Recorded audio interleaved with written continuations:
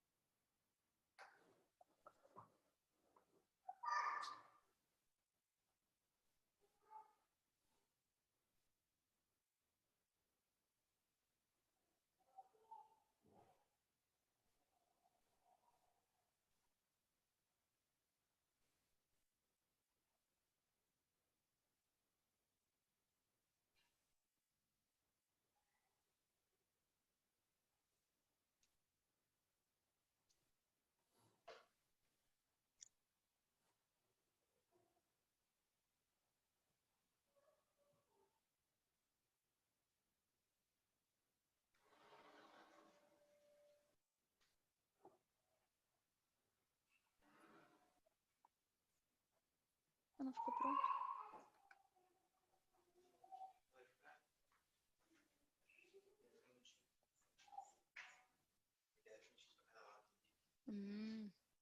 Tá.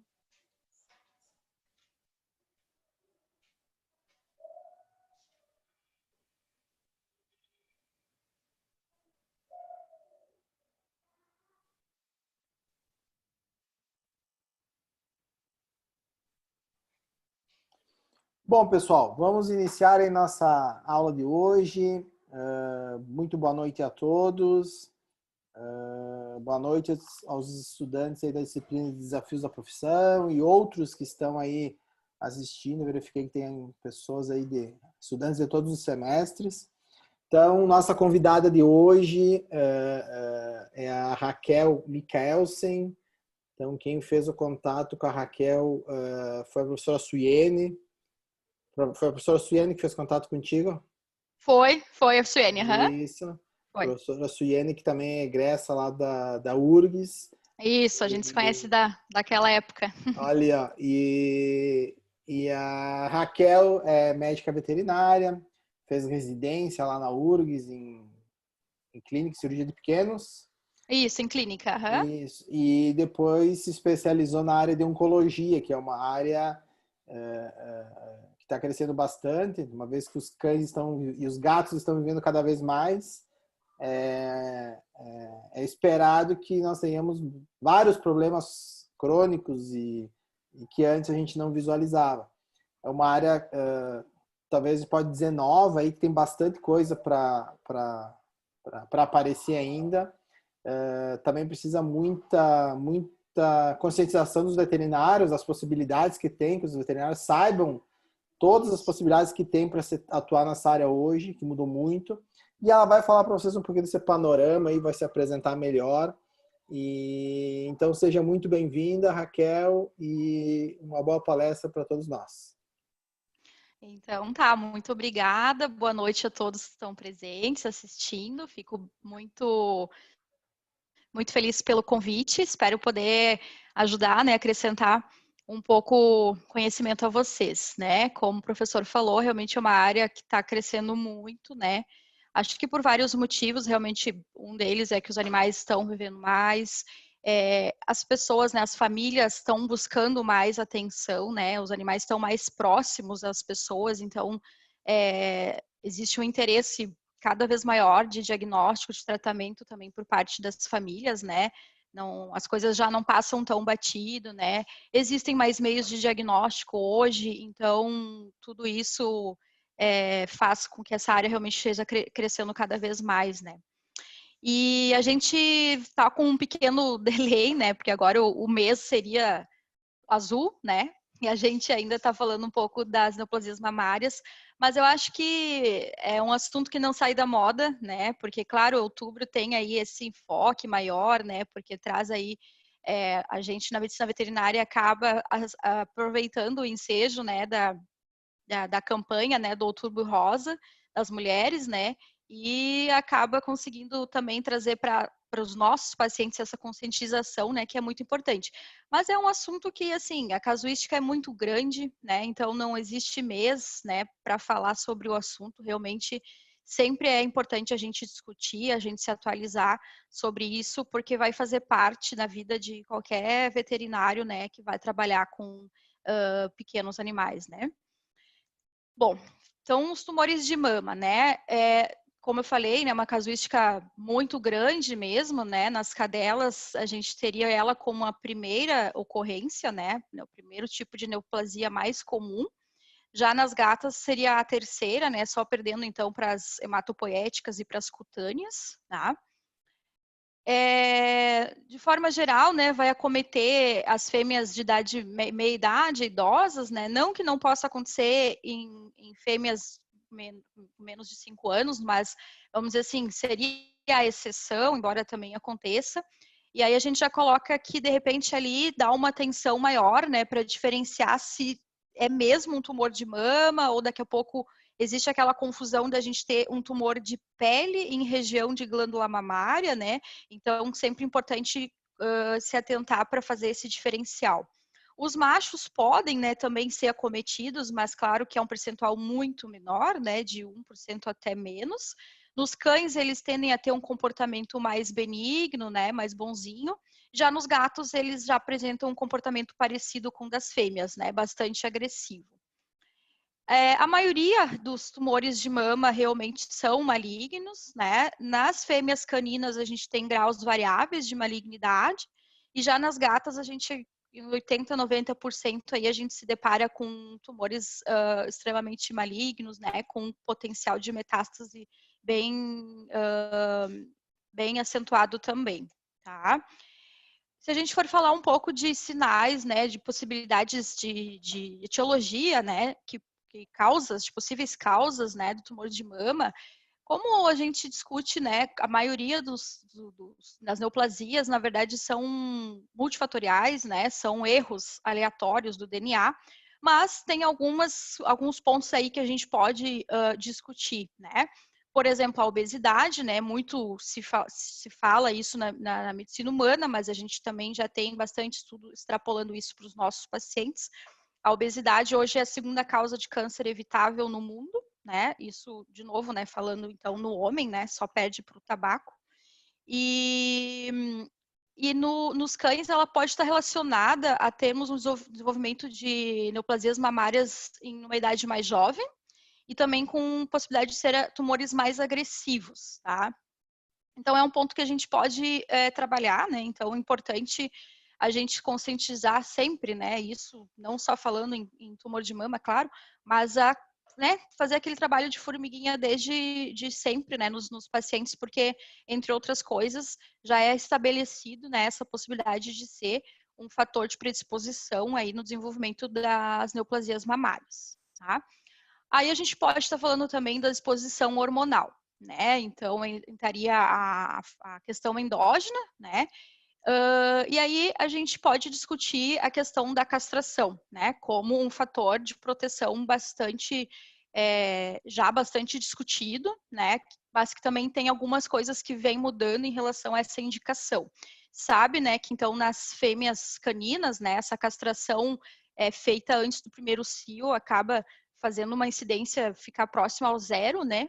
Então, realmente afeta bastante, tem um fator de proteção bem significativo.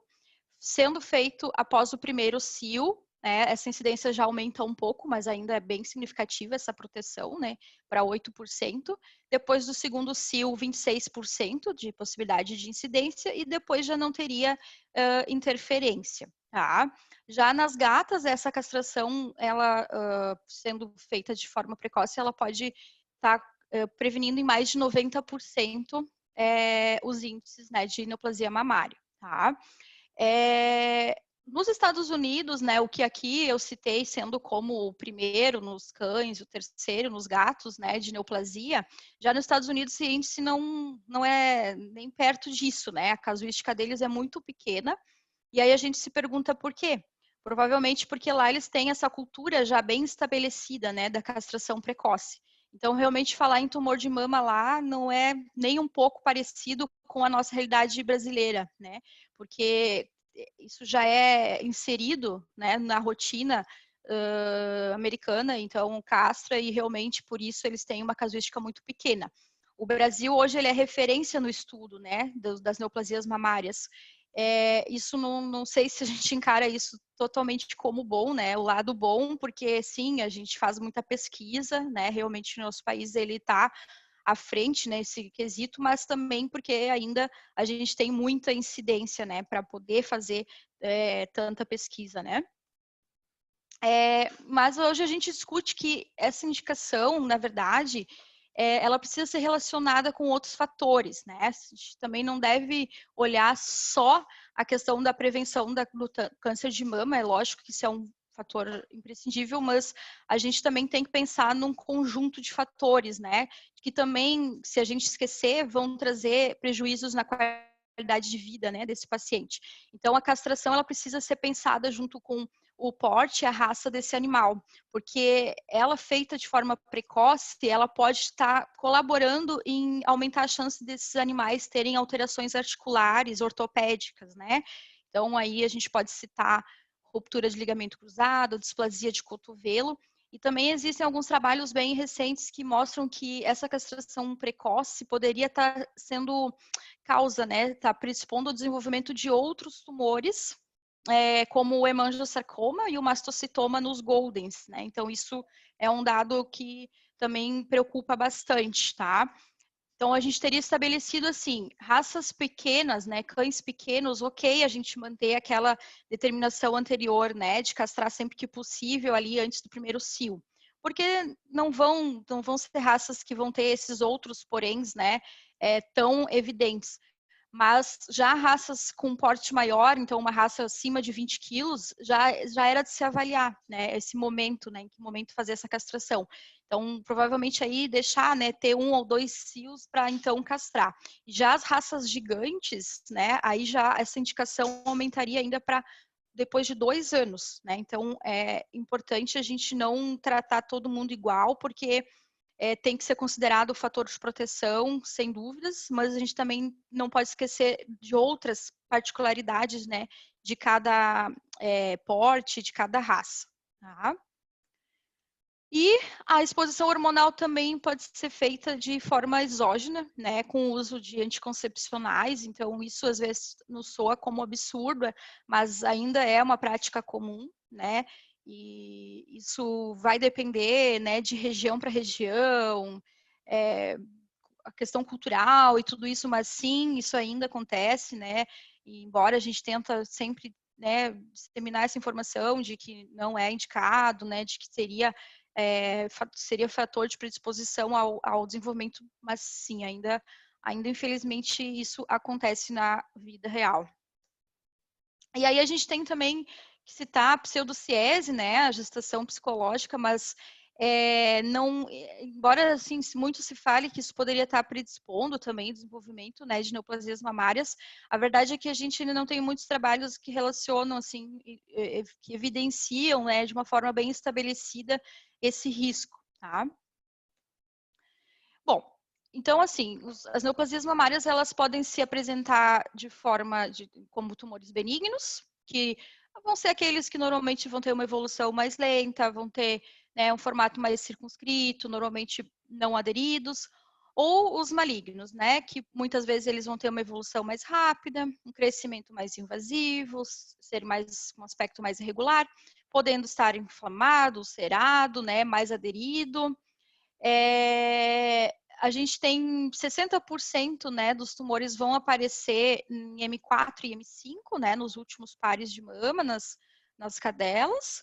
E nas gatas também, né, basicamente a mesma coisa, né, também são as abdominais caudais, as inguinais, que vão se apresentar como a maior parte dos tumores de mama.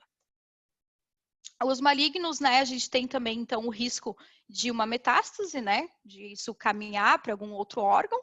Isso pode acontecer tanto pela via linfática como hematógena. A gente pode ter essas metástases localizadas em linfonodos regionais, pulmão, fígado, baço, pele, o encéfalo, ossos, rins. Mas, né, o que a gente mais tem, sem dúvida, é o pulmão, é o órgão-alvo, né, mais comum. Os ossos, na nossa rotina, é uma apresentação incomum, né? Ela é uma realidade na mulher, né? Nas nossas pacientes não é algo assim, tão visto. E na pele a gente fica em dúvida se é de fato uma metástase ou se não pode ser uma implantação, né, tumoral, feita aí de uma forma iatrogênica por uma falha numa técnica cirúrgica adequada, né? Então isso também fica aí a dúvida, tá? Raquel, Oi? só tem uma pergunta, não sei se tu quer fazer as perguntas, eles podem ir participando, tu quer fazer no final? Pode? Não, pode participando, não tem Tá. problema. Tem o Vinícius no chat que quer te fazer uma pergunta, então talvez. Vinícius, tu quer fazer ela ligar o microfone? Já falo aqui. Isso, e aí eu ia fazer uma pergunta, tu meio que respondeu parcialmente, Raquel, depois o Vinícius pode fazer aí a dele. Era o que tem, Tá. o que tem comum com a oncologia humana nesses casos de o que se comporta mais ou menos parecido, o que é totalmente diferente, se tu puder comentar também para nós, acho que é interessante. Vinícius, pode Sim. perguntar. Eu queria ver ó, referente ao slide anterior, porque eu tenho uma shih tzu fêmea que ela tem uma hérnia inguinal, e aí eu queria saber se essa hérnia pode se tornar um tumor mamário ou algum tumor referente a essa hérnia. Ela pode evoluir? Não pensaria numa evolução, né? De uma coisa para outra, não. O que a gente sabe é que, assim, tumores benignos, eles podem, com o tempo, se diferenciar, né? Para um tumor maligno, mas essa questão de hérnia, não, a priori, não teria nenhum tipo de relação. Porque fica um pouco confuso, né? Fica tudo meio que perto, né? Mas a priori não teria não teria relação nenhuma. Não, tranquilo então. Só uma dúvida. Tá? Obrigado. Claro, tranquilo. Nada. Então, assim, Denise, quanto à tua pergunta, né? Isso também é interessante falar, né? A gente tem o animal, às vezes, como estudo, né? Também para a medicina humana. Tem bastante coisa que a gente pode correlacionar, né? Mas, por exemplo, alguns marcadores, né? Imunohistoquímicos, que se pesquisa muito, né? Que se usa muito na mulher, até como um fator preditivo, né? Para o uso de algumas medicações. Se vem estudando se seria igual nas fêmeas caninas, nas gatas. E a verdade é que até agora a gente não usa isso. Depois eu vou falar um pouquinho mais sobre esse painel de imuno, né? Porque não se achou assim uma correlação tão importante como na mulher, né? Então são medicações que a gente a priori não usaria, né? Mas tem muita semelhança, né? Com certeza tem muita semelhança. Claro que na mulher é um pouquinho mais complicado, porque não, a questão de uma mastectomia, né, numa mulher envolve muito a questão psicológica, estética, né, então não é bem assim, existem condutas bem diferentes, né, de às vezes fazer uma biópsia primeiro, para depois analisar essa resposta, para daí conduzir para uma mastectomia. Não é a realidade nossa, né, a gente não faz isso porque, enfim, não que não estaria certo fazer, poderia ser feito, mas, assim, a gente estaria falando aí de 2 anestesias, de 2 procedimentos. O tutor, às vezes, foge de um, quem dirá de 2, né? Então, a gente não consegue fazer na prática da mesma maneira, né? O que na medicina humana se faz um pouco mais conservador, por motivos, né, como eu falei, essa questão da questão psicológica, né? Com certeza ela é mais pesada na mulher, né? Mas pronto, o passo a passo, sim, é bastante semelhante, né? Não sei se era mais ou menos isso que tu queria saber. Isso. Tem mais uma pergunta que eu acho que estava também no slide anterior. A Emily pergunta se os anticoncepcionais, em função dessa alteração, bomba hormonal aí, eles podem desencadear algum outro tipo de câncer ou ele está restrito ao câncer de mama, por exemplo? Esse aí estaria restrito ao câncer de mama, né? Não que eu diga que eu ponha a mão no fogo para essa resposta, né? Talvez são informações que a gente até não tenha, né? Algum estudo a mais, porque isso a gente tem muito correlacionado, né? Mas a gente, como eu disse, a gente está sempre aprendendo mais, sempre pesquisando mais. Mas hoje o que a gente tem certeza, né, dessa correlação seria essa questão hormonal relacionada ao desenvolvimento da mama mesmo, né? Ao tumor de mama mesmo. Ela depois comenta que ela tinha uma cachorra que eles utilizavam e apareceram nódulos nas patas. Daí já era tarde. Vocês tiveram que sacrificar, eutanasiar, o que aconteceu? Fica difícil eu dizer, né? Não Claro, sei o que sem seria visualizar, né? o tipo de tumor, mas normalmente a maioria, assim, que me ocorre agora, por exemplo, tumores cutâneos, não teria uma relação com questão hormonal, assim, né? Seria outros tipos de predisposição, às vezes exposição solar, né? Não sei se, enfim, como eu disse, não sei qual que foi o detalhe da situação, mas a princípio acho que não tem uma coisa a ver com a outra, assim, foi acho que meio coincidência mesmo. Tá? Bom, seguindo então, aqui. Bom, 70% então dos casos a gente vai acabar tendo mais que um tipo, né, de nódulo, às vezes numa mesma mama, ou simultâneo, né, com mais um tipo de nódulo em diferentes mamas. Isso mostra a importância de mandar tudo para análise, né? Não mandar só um nódulo, porque às vezes são coisas pequenas, passam despercebidas e podem ser totalmente fundamentais essa informação, porque não necessariamente a gente tem 3 tumores numa cadeia mamária, os 3 vão ser a mesma coisa. O mais normal é que não sejam, né? Então a gente deve enviar toda a cadeia, porque provavelmente vão ter tipos histológicos diferentes, né? Então tem que ser avaliado tudo, tem que ser mandado toda a cadeia e os linfonodos, né, para uma avaliação completa. Né? Não é para tirar o nódulo e encaminhar, é a cadeia mamária toda. Tá? Isso é bem importante para avaliar outros, às vezes, nódulos até que clinicamente podem ter passado batido, né? Então essa informação é bem importante. E aí a gente, né, faz só um adendo aí para o carcinoma inflamatório, né, que a apresentação dele é uma apresentação meio característica, né, exclusiva, né.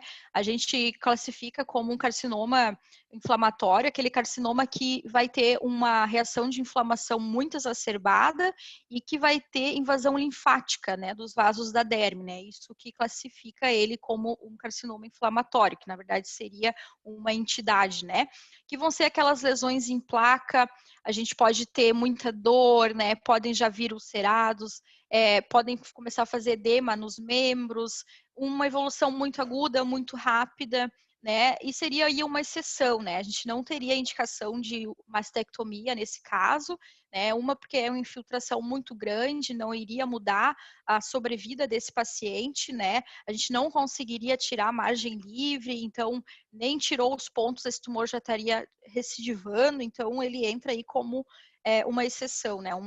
Uma apresentação exclusiva dele, que normalmente esse diagnóstico basicamente ele se faz, né?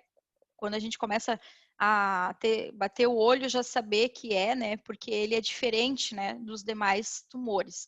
e embora não impossível, mas bem menos, né, é bem menos comum nas gatas. Bom, de que forma a gente vai fazer, então, o nosso diagnóstico, né? Importante palpar todas as mamas, né? Porque a gente pode ter um nódulo mais visível, mas outros que a gente só vai perceber na palpação.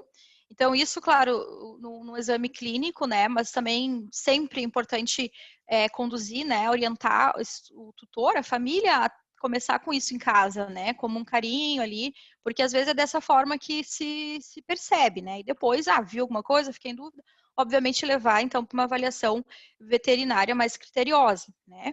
Importante fazer a palpação dos linfonodos para ver se né, nessa palpação já se percebe alguma coisa e, claro, um exame físico também completo. A citologia, né? A citologia a gente pode lançar mão, né, que seria uma punção para essa análise citológica, para diferenciar, por exemplo, casos que a gente fica em dúvida se aquilo é a mama ou se aquilo é pele, né? Por exemplo, um mastocitoma, né, que pode estar em cima, né, de uma glândula mamária, mas ele não é um tumor de mama. E isso é muito importante a gente saber, porque daqui a pouco, assim, a nossa conduta vai ser bem diferente, né, se a gente está falando de um mastocitoma. Então, a gente deve ter todo um cuidado ainda maior.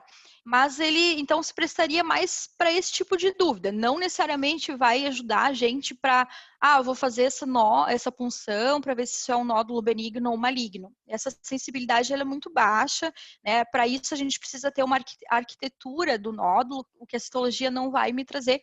Então, não é um exame que hoje a gente tem indicação para esse tipo de diagnóstico, tá? Bom, aí a gente vai fazer também todos os exames complementares, né, para ver a condição geral desse paciente, para ver se a gente pode ter alguma evidência de que esse tumor já se estendeu como uma metástase. Se eu estou pensando, então, em expor esse paciente a uma cirurgia, para saber, olha, como que está, né, a condição geral para a segurança, né, desse paciente ser submetido a um procedimento. Então, exames de sangue gerais, né, incluindo aí função renal, função hepática, hemograma, o raio-x de tórax, sempre em 3 projeções para pesquisa de metástase, sabendo que é um exame também limitado para micrometástases, né? Se a gente querer um detalhe maior, a gente poderia estar falando da tomografia, que vai visualizar nódulos menores de 6 centímetros, mas claro que isso não é parte da rotina, né? Porque pronto, a tomografia não é toda cidade que tem, é um exame ainda mais caro, né? É necessário que o paciente seja anestesiado, mas, né, só para colocar para vocês que poderia ser superior ao raio-x nesse sentido, né? E o ultrassom abdominal, que obviamente, né, então seria para verificar os órgãos abdominais, para ver se a gente tem alguma relação já de metástase, né, ou até outra comorbidade, né, para poder fazer tudo em segurança. É fundamental que a gente faça o estadiamento desses tumores, né? Que vai, então, nos trazer informações de tamanho, se existe comprometimento de linfonodos ou não, e se existe já a presença de metástase à distância. Então, hoje a gente utiliza o sistema TNM, né? O que isso vai servir, né? Vai servir para a gente traçar um prognóstico, né? Para ver a real situação daquele paciente, a partir disso, que perspectiva que eu tenho, e também me ajudar a fazer aí um planejamento terapêutico, né? Que tipo de tratamento que eu vou precisar induzir, né, para esse paciente. Em cadelas, então, em relação à avaliação do T, que seria o tamanho. A gente classifica em T1, T2 e T3, tumores menores que 3 centímetros, tumores de 3 a 5 centímetros e tumores maiores que 5. O N, então, é com ou sem metástase em linfonodo, e o M, então, com ou sem metástase à distância. Então, a gente tem aí uma classificação em 5, né, em 5 estágios, que vão, basicamente, o 1, o 2 e o 3 vão avaliar tamanho do tumor. O 4, independente de tamanho, mas se existe já a metástase presente em linfonodo. E o 5, independente de tamanho, independente de linfonodo, mas que já existe uma metástase pulmonar, por exemplo, uma metástase à distância. E a gente sabe que quanto maior esse estadiamento, mais sério, né, mais agressivo é essa apresentação, né, pior o meu prognóstico. Em gatas isso muda um pouco, seriam 4 estágios, né? Os tamanhos também variam um pouco, né? Seria o estágio 1 menor que 2 centímetros, o 2 de 2 a 3, e o 3 quando já é um tumor maior que 3 centímetros ou já com uma evidência em metástase em linfonodo, e o 4 quando a gente tem uma metástase à distância, normalmente o pulmão. Nas gatas, né, essas metástases pulmonares normalmente têm um padrão, podem, né, ter, não é que sempre é assim, mas que pode ter um padrão miliar, que é um comportamento mais difuso, né, no pulmão, diferente das cadelas, que normalmente é um padrão mais nodular, né? E muito frequentemente elas desenvolvem concomitante efusão torácica também, né? E a maioria dessas pacientinhas já chegam para a gente no estágio 2 ou 3, muito raro a gente pegar um tumorzinho de grau 1. Aí a gente vai, não tão, como eu falei antes, né, sempre encaminhar esses nódulos, esses linfonodos para análise histopatológica. Hoje a gente tem, então, 2 classificações, né? A de Goldschmidt, que seria uma classificação mais padrão, mundial, né? E a gente tem uma classificação interna, né, brasileira, que é do professor Casale. Tá? Então, vai depender de cada laboratório, né? De como que esse laboratório vai padronizar aí essa classificação a partir de uma ou outra classificação. A gente pode ter, basicamente, 4 tipos de situações nos tumores de mama. As lesões não neoplásicas, as benignas, as malignas epiteliais ou os carcinomas, as malignas mesenquimais ou os sarcomas. Eu vou falar um pouquinho de cada um, tá? Na rotina, 85% desses tumores de mama vão ser malignos, 13% benignos e 2% vão ser classificados como não neoplásicos, né? E entre os malignos é importante a gente ressaltar que não são todos iguais, que são de diferentes comportamentos, diferentes agressividades, diferentes prognósticos, né? Então, como lesões não neoplásicas, a gente teria aí como exemplos as hiperplasias, as adenoses, que vão ser tranquilamente curadas, né, com cirurgia. A gente pode citar essa condição ali que está na foto, né, que assusta bastante no primeiro momento, né, mas é o que a gente chama de hiperplasia fibroepitelial benigna, que é causada nas gatas, né, normalmente gatas jovens que estão no cio, que fazem uso de progestágenos ou durante a prenhez, que vai ser uma condição influenciada pela progesterona, né, mas que a castração, tirando esse estímulo hormonal, vai reduzir e fica tudo bem, tá? Lesões benignas, então a gente pode citar adenomas, adenoepitelioma, mioepitelioma, fibroadenoma, papiloma ductal, que também, né, vão ser curativas com o tratamento cirúrgico. E agora a gente entra, então, nas situações mais complicadas, né, as mais agressivas, que muitas vezes vão necessitar de algum tratamento adjuvante pós-cirurgia, né? Seriam, então, as lesões malignas epiteliais, os carcinomas, que são a grande maioria, né? 60% a 80% dos tumores vão ser carcinomas, e a gente tem uma média de 20 subtipos, né, nesse grupo dos carcinomas. Nas fêmeas caninas, metade de todos os casos, né, da casuística vão ser uns carcinomas de tumor misto, e nas gatas, 34% carcinoma túbulo papilar. E aí a gente tem uma classificação do grupo dos 4 piores, né? Quando a gente pega esses 4 tipos de carcinoma, a gente já espera, infelizmente, o pior, que são tumores bastante agressivos, né? Vão caminhar com metástase, né? E vão nos exigir um tratamento mais agressivo também na questão de quimioterapia, né? Vão nos trazer uma sobrevida menor, que seria, então, o carcinoma micropapilar, carcinoma sólido, carcinosarcoma, e o lobular pleomórfico ou na classificação do Goldschmidt anaplásico. E aí, ponto 4, lesões malignas mesenquimais, que são os sarcomas, que são a minoria deles, né, mas que podem acontecer, giram em torno de 5% da casuística. Normalmente eles não têm essa mesma influência hormonal, que muitas vezes tem nos carcinomas. A gente pode tratar como um exemplo o osteosarcoma mamário, né, que assim como o osteosarcoma em membro, é extremamente agressivo também, né. E aí, o que eu tinha citado antes, né? A gente pode encaminhar esse material, depois que foi feita essa biópsia, para um painel imunohistoquímica, né? Em 2019 foi feito um consenso, né, sobre neoplasias mamárias, onde se estipulou, né, algumas indicações, né, e se estipulou então que ficaria esses 3 pontos, né, de marcadores, né, que seriam os receptores hormonais, a COX-2 e o KI67, como padrão, né, do painel imunohistoquímica nas cadelas. Tá? Isso vai nos servir também para fator de prognóstico ou fator preditivo, né, para a gente instituir alguns tipos de terapia depois da cirurgia. Nas gatas, isso não é tanto de rotina, porque a própria histopatologia já, na maioria das vezes, apresenta as informações que a gente precisa. Então, numa rotina é muito raro a gente encaminhar um exame de imunohistoquímica para gato, diferente que nas fêmeas caninas, tá? Bom, o tratamento, né? Invariavelmente, então, depois que a gente fez o diagnóstico, depois que a gente fez o nosso estadiamento, né? A gente fez os exames necessários, a gente vai acabar encaminhando esse paciente para cirurgia, né?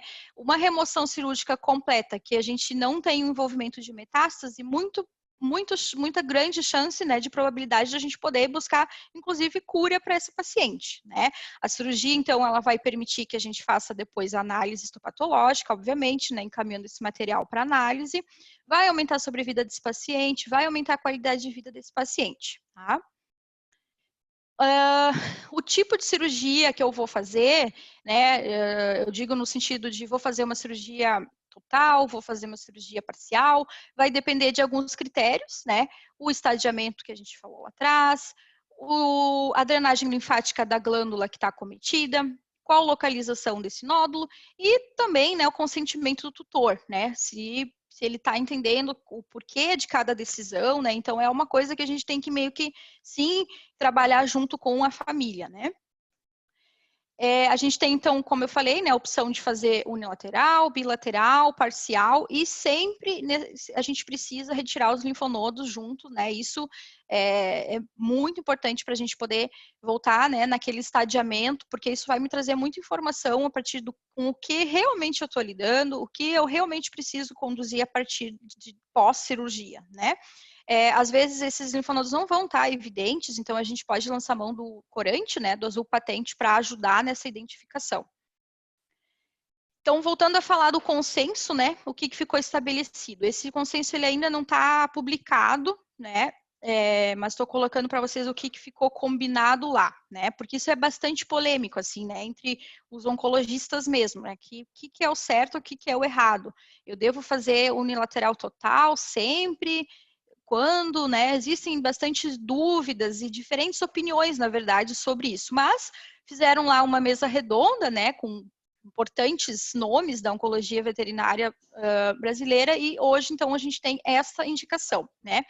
Unilateral total, sempre que a gente tiver um tumor maior de 3 centímetros, sempre que a gente tiver múltiplos nódulos ou quando esse nódulo estiver presente em M3. Parcial, quando a gente tiver um nódulo de até 3 centímetros, sem ulceração, sem aderência, aí a gente vai fazer da seguinte forma. Se esse nódulo estiver localizado em M1, a gente vai retirar a M1 e a M2 e o linfonodo axilar, que vai ser onde vai drenar a questão linfática, né? Se esse nódulo tiver em M2, a gente vai tirar o M1, o M2 e o M3 e o linfonodo axilar. Se esse nódulo tiver em M4, retiro o M3, M4 e M5 e os 2 linfonodos, axilar e inguinal. Se estiver localizado em M5, tiro o M4, M5 e linfonodo inguinal. Então, quer dizer, a gente sempre tira ele e os vizinhos, né? Então, fica mais fácil memorizar assim. Agora, é claro, corremos o risco de fiz parcial, mandei para análise e veio lá algo que eu não gostei, talvez eu tenha que indicar uma reintervenção. E aí é que começa, né, essa briga aí do que realmente é o certo a se fazer, tá? Porque a verdade é que são opções, mas que ambas as condutas a gente vai ter riscos, né? Eu posso estar tanto exagerando, né? Daqui a pouco eu tenho um nódulo pequenininho, eu nem sei se isso daqui a pouco não é benigno e eu estou indicando uma mastectomia total para essa paciente, né? Então, no primeiro momento, poxa, isso pode ser muito exagerado e realmente pode ser, né? Mas, por outro lado, se eu pegar leve demais, ser conservador demais e eu mandar esse tumor para análise e vier algo não tão positivo, eu posso estar correndo um risco alto de uma recorrência e ter que estar expondo essa paciente para uma segunda reintervenção, né? Então, assim, ambas as decisões vão ter os seus prós e contras, né? A verdade é que a gente tem que discutir isso junto com o tutor, porque não existe um consenso certo ou errado, a gente tem que estar ciente de qual risco que a gente quer correr. Se a gente quer correr o risco do exagero ou se a gente quer correr o risco de talvez precisar uma segunda cirurgia num segundo momento, tá? E a necessidade de tirar a cadeia contralateral, né? Se hoje eu tenho só uma cadeia cometida, tirei, eu devo tirar o outro lado também ou não? Há pouco tempo sempre se tirava, sempre se indicava tirar, né? Hoje a gente já não pega tão pesado, né? A indicação seria assim, não, eu vou tirar só se eu tiver também um nódulo do outro lado, né? Porque a indicação não é fazer bilateral, né? Porque a gente fica com muito risco de problemas, né? De contratempos no pós-operatório, né? Fora a questão de dor, a questão de risco de deiscência de pontos. Então, tenho ambas as cadeias acometidas, eu vou escolher a que julgo que está pior, né? E depois de um tempo eu reavalio essa paciente e tiro o outro lado. Mas se eu não tenho nada do outro lado, a indicação é monitorar, né? Eu preciso deixar esse tutor ciente que a possibilidade ela existe, né? Que a gente não pode esquecer dessa predisposição que essa paciente venha a ter. Então, de novo, alertar aqui, ó, faz sempre deita de barriguinha para cima, palpa. Ah, não tenho certeza, pede, né? Faz uma avaliação com o veterinário de forma periódica e, obviamente, né, se for surgir algum nódulo, aí não se fala mais nisso, né? A gente teria realmente a indicação de fazer também a mastectomia. Bom, e depois da mastectomia, eu devo indicar quimioterapia? Por quê? Quando? Né? Também é outra dúvida, né? Vai depender de alguns critérios para a gente tomar essa decisão, né? Avaliar lá o meu estadiamento, né? Qual é o estádio dessa paciente em termos de tamanho desse tumor que foi retirado, eu tinha acometimento de linfonodo, eu já tenho metástase em pulmão, qual o grau? Eu tenho um grau 1, um grau 2, um grau 3. Qual o meu tipo? Será que se eu tiver naqueles 4 grupos de carcinoma, né, automaticamente eu já tenho essa indicação? E dependendo de informações trazidas pela imunistoquímica também pode ser aí uma indicação. Nos cães, então, a gente tem diferentes protocolos, né? Tem vários trabalhos, mas a verdade é que não existe assim, aqui não existe um consenso ainda, isso não foi bem estabelecido do tipo, tá, qual que eu realmente preciso fazer, qual que eu realmente preciso iniciar.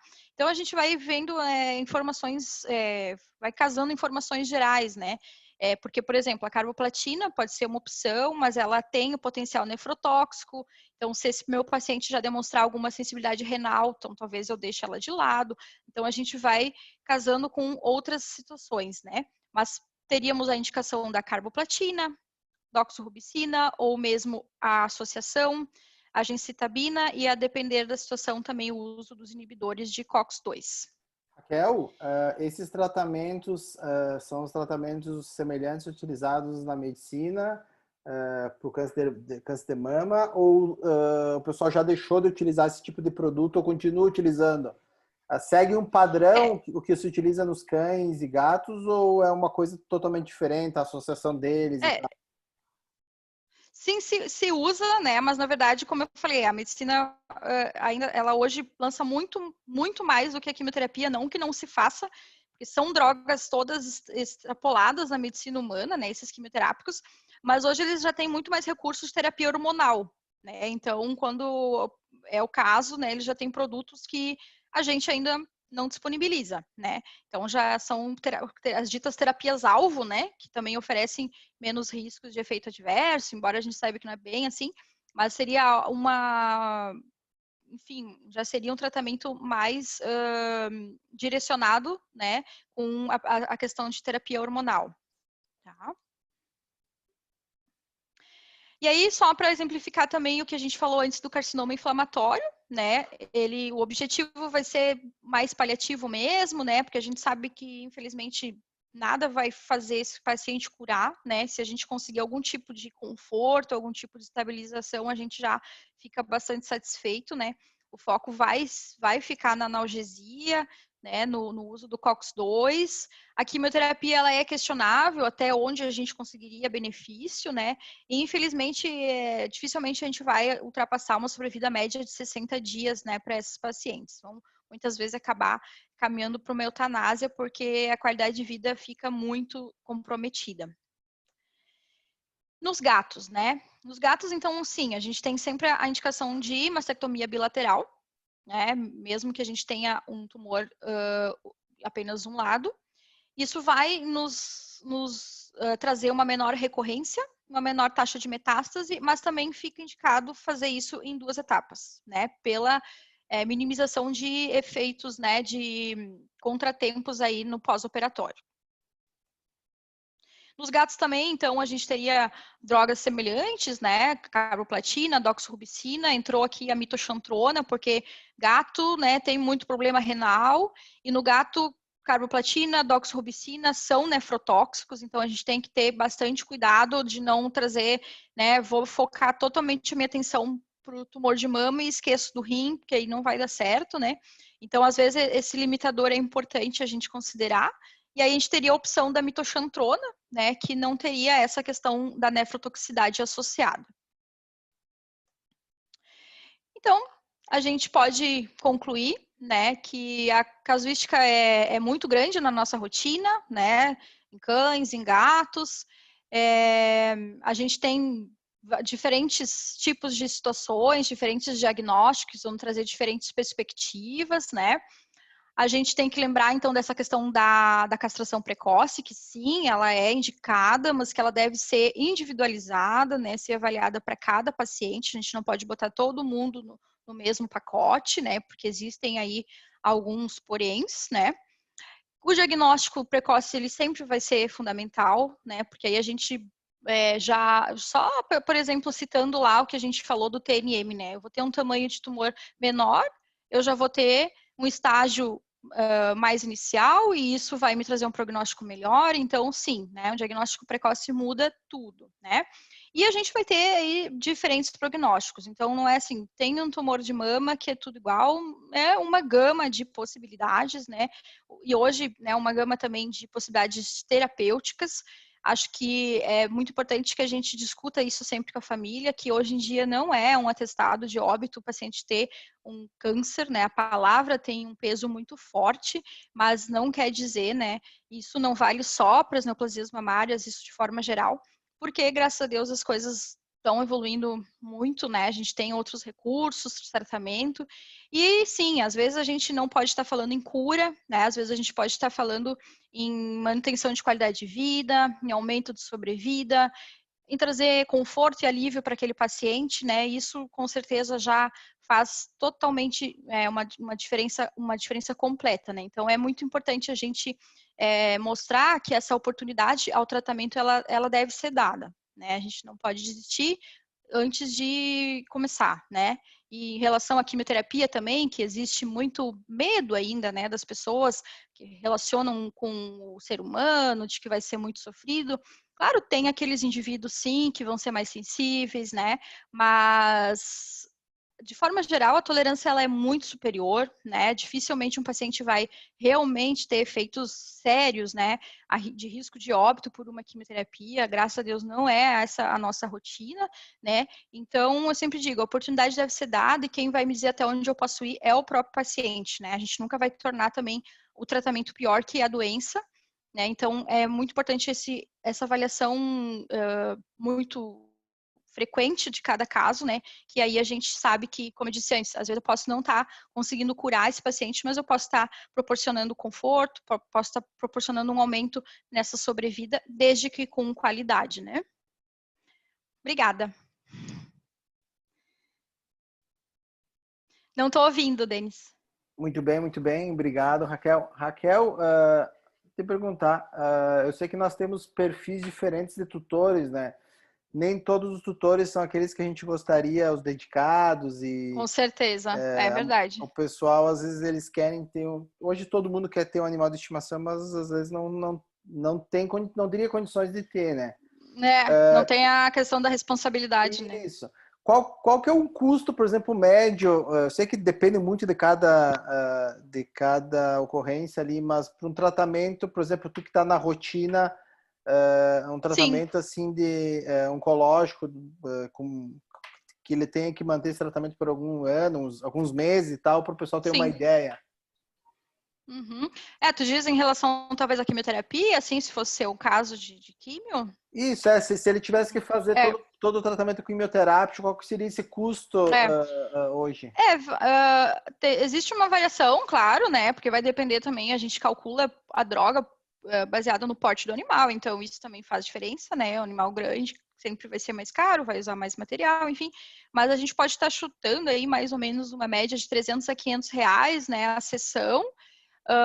Normalmente, o uso dessas medicações tem indicação de intervalo de 21 a 28 dias, né? Então, uma vez por mês, numa recomendação de 4 a 6 sessões, né? E lembrando que sempre antes de cada sessão, a gente deve refazer os exames, né, de sangue para ver, tá tudo bem, porque eu posso ter uma queda de imunidade, eu posso ter uma sobrecarga hepática, renal, então é preciso fazer isso, porque às vezes isso é bem silencioso, né? Então, isso tem que entrar no pacote, né? Fazer quimioterapia sem fazer avaliação anteriormente à sessão é inviável, né? Aí a gente está dando um tiro no escuro e está sendo irresponsável. Então, isso a gente já tem que deixar desde sempre esse custo, né, também associado.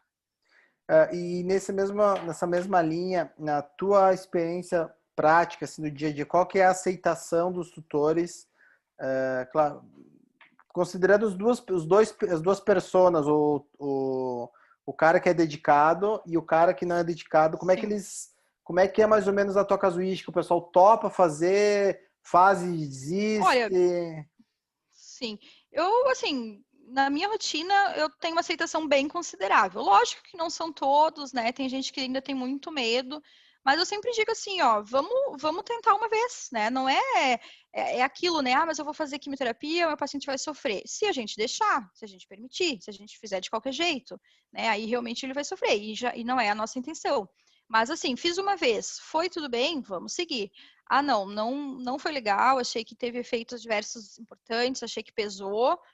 Ok, se repensa, né? Não é uma decisão engessada, né? Eu deixo isso livre. Então, a gente pode daqui a pouco trocar protocolo. Tem paciente que responde bem com uma droga e não responde com outra. A Maia, a pacientinha, essa bulldog que coloquei a foto dela aqui, a gente iniciou o protocolo dela com doxorubicina. Ela passou muito mal. Ela foi um caso fora, assim, do que eu costumo ver, né? Ela fez uma leucopenia severa, teve vômito, diarreia. Não foi bom. Realmente, eu não gostei dessa apresentação. Então, eu insisti nisso, também não me deixava confortável. Então, eu discuti com a tutora, eu disse, olha, vamos tentar um plano B. Não quer dizer que ela teve esse tipo de efeito com a doxo, que ela vai ter com tudo, né? Lógico que também não tem como a gente garantir, né? A gente tem que expor essa informação. E aí a gente foi para a carboplatina e, graças a Deus, foi totalmente diferente. Ela não apresentou nada. Quer dizer, são sensibilidades, né, de cada indivíduo, né? Mas eu acho que, assim, o importante é conversar, né? Explicar, deixar a pessoa bem ciente do que pode acontecer. E ela tendo a informação, ela vai digerindo e vai entendendo, né? Quando a pessoa está sem informação, ela faz o seu próprio juízo, né? Ela vai dar a sua própria opinião e que às vezes é completamente infundada. Eu conversei com um, conversei com outro, a minha avó fez quimioterapia, o que não tem nada a ver. Então a gente precisa trazer esse tutor para a realidade, né? Expor o que pode, o que não pode acontecer, ele vai decidir. E eu normalmente tenho uma aceitação bem boa, assim, bem razoável. Perfeito. Tem duas perguntas, mais uma minha e depois o Douglas vai fazer a dele. Raquel, conta para o pessoal como é que é a forma que o veterinário oncologista trabalha. Como é que funciona?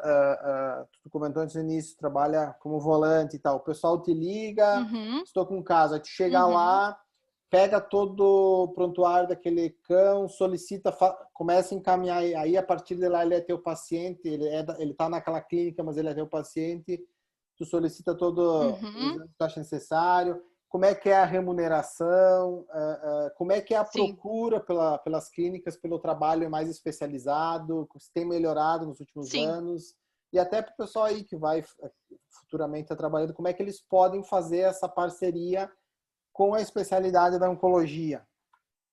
Sim, sim. Eu tenho clínicas parceiras, né, onde eu presto serviço. Tem algumas clínicas que eu tenho agenda fixa, né, e outras que eu vou conforme a solicitação, né. Então, eles me chamam, normalmente o WhatsApp, né, e aí a gente organiza a agenda, né. Tem casos que eu converso anteriormente com o clínico, né, essa parceria com o clínico, ela é fundamental, né, a gente precisa desse apoio.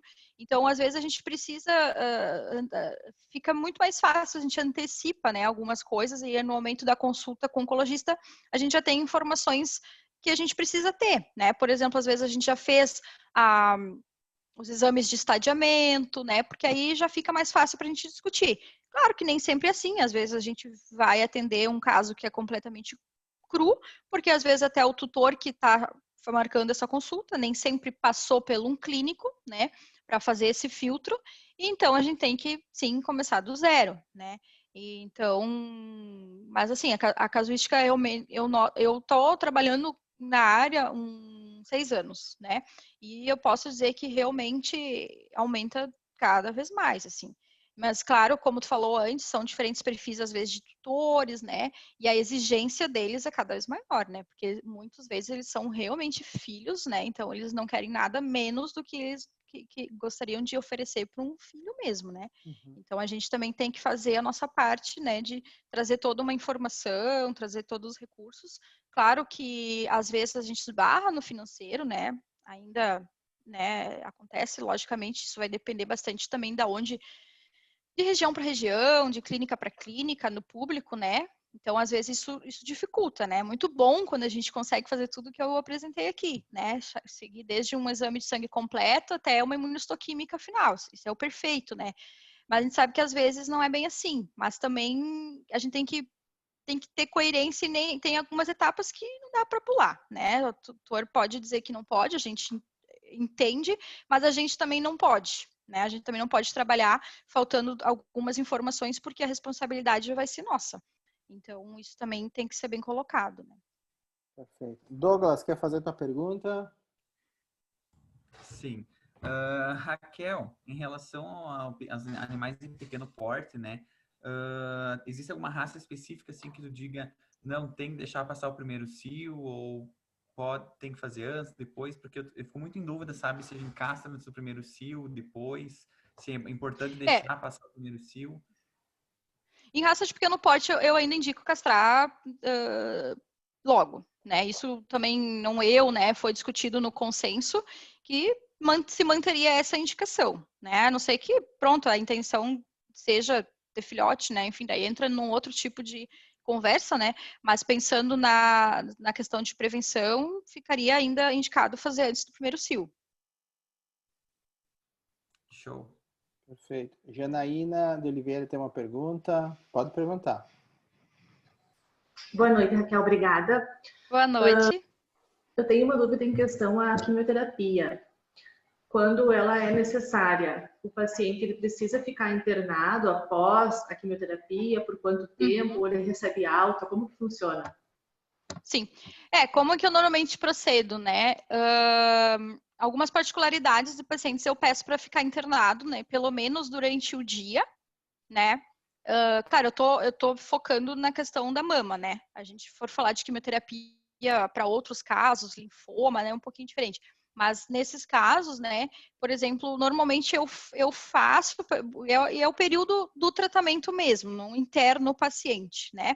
A não ser, por exemplo, alguns pacientes são muito pequenos, né? E o uso da carboplatina exige que a gente administre numa quantidade de fluido consideravelmente alta, né, para ajudar na diurese, minimizar riscos dessa questão de nefropatia, né? Eu não posso fazer 250 ml de fluido num poodle mini em 20 minutos, né? Então, isso não vai dar certo. Então, normalmente, eu interno esse paciente, né, pelo menos ao longo do dia, para manter ele fazendo fluidoterapia, para ter essa proteção a mais e vai bem, né? Normalmente não tenho problemas nesse sentido.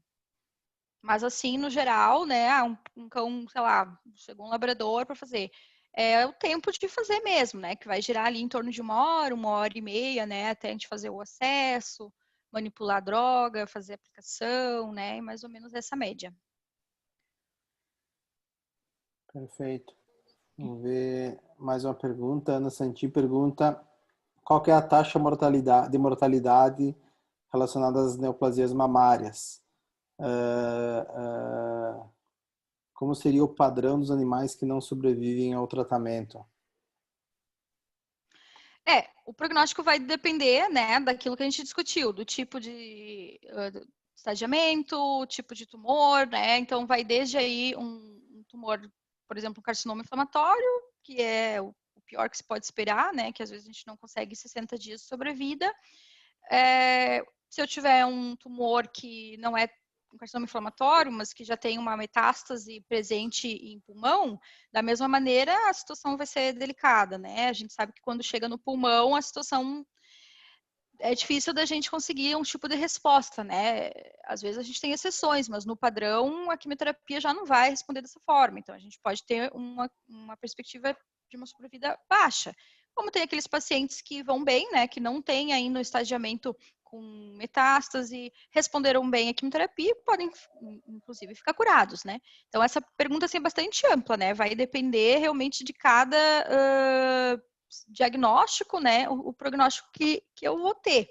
Mas complicações, né, normalmente vão acontecer a partir disso, né? Se eu tenho uma metástase, normalmente quando ela é pulmonar, que seria o desfecho, né? Então, no gato, muitas vezes a gente começa a ter efusão, dispneia, então um quadro de agonia respiratória, né? No cão também a questão de dificuldade respiratória, então aquele paciente que vai para oxigênio, não consegue mais sair do oxigênio. Então, assim, uma vida que começa a ter muito sofrimento, né? Então, invariavelmente, a gente acaba tendo que falar de eutanásia para abreviar isso, né?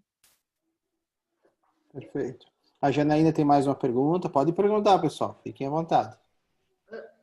E após o tratamento da quimioterapia, ele tendo êxito, precisa fazer igual no humano, um tipo de acompanhamento? Como que é esse acompanhamento? Por quanto tempo? Boa pergunta. Boa pergunta, Janaína. A gente segue monitorando, né? A gente tem como uma alta, né? Seria um acompanhamento de 3 anos, né? Então, a gente vai, isso independente da químio, né? Tô fazendo químio, não tô, mas a partir do diagnóstico, eu vou monitorar com exames de imagem, ultrassom e raio-x de tórax, a cada 3 meses, normalmente, no primeiro ano. Depois, tá tudo certo, passei esse primeiro ano do diagnóstico, no segundo e no terceiro ano eu posso passar isso para 6 meses, né? O que acaba sendo importante, óbvio, para isso, mas sem querer também é um check-up, né? Considerando que a maioria das pacientinhos já tem meia idade, a gente faz para não achar nada, mas se faz e acha de uma forma precoce, tudo fica mais fácil, né? Então, essa é a recomendação, né? Para a gente ter uma alta, seriam 3 anos de monitoramento. Perguntas, pessoal? Sem mais perguntas? Dou-lhe uma, dou-lhe duas. Então, pessoal, eu deixei aqui também o meu e-mail, o meu WhatsApp, se surgir alguma dúvida, fiquem bem à vontade, podem me escrever, tá? Isso aí, anotem que talvez ou bem provável que vocês precisem no futuro. Então, eu queria... precisar de algum auxílio. Exatamente. Queria agradecer a Raquel pela disponibilidade, agradecer o pessoal do DIA, que está representado pelo Douglas aí, que fez a organização dessa palestra. E muito obrigado pela participação. Raquel, se quiser se despedir aí, só deixar um recado pessoal da disciplina de Desafios da Profissão, não sair da sala, que quero conversar com vocês. O restante está liberado. Então tá, pessoal, muito obrigada pelo convite, né? Espero que tenha sido proveitoso. Fico à disposição e vamos em frente, né? A veterinária é muito ampla, né? E quando a gente está na faculdade, claro, é um mundo, né, de opções que a gente fica até confuso, mas realmente a oncologia ela tá bem forte, né? A gente está, graças a Deus, com bastante trabalho, né? Mas não dá para parar, né? Também é uma área que exige bastante atualização sempre, porque muda tudo toda hora, né? Então é isso, né? O que eu tenho para passar para vocês. Mas, mais uma vez, muito obrigada pelo convite. Uma boa noite a todos. Obrigado, Raquel. Obrigado, pessoal. Uma boa noite a todos aí. Valeu, tchau, tchau. Tchau.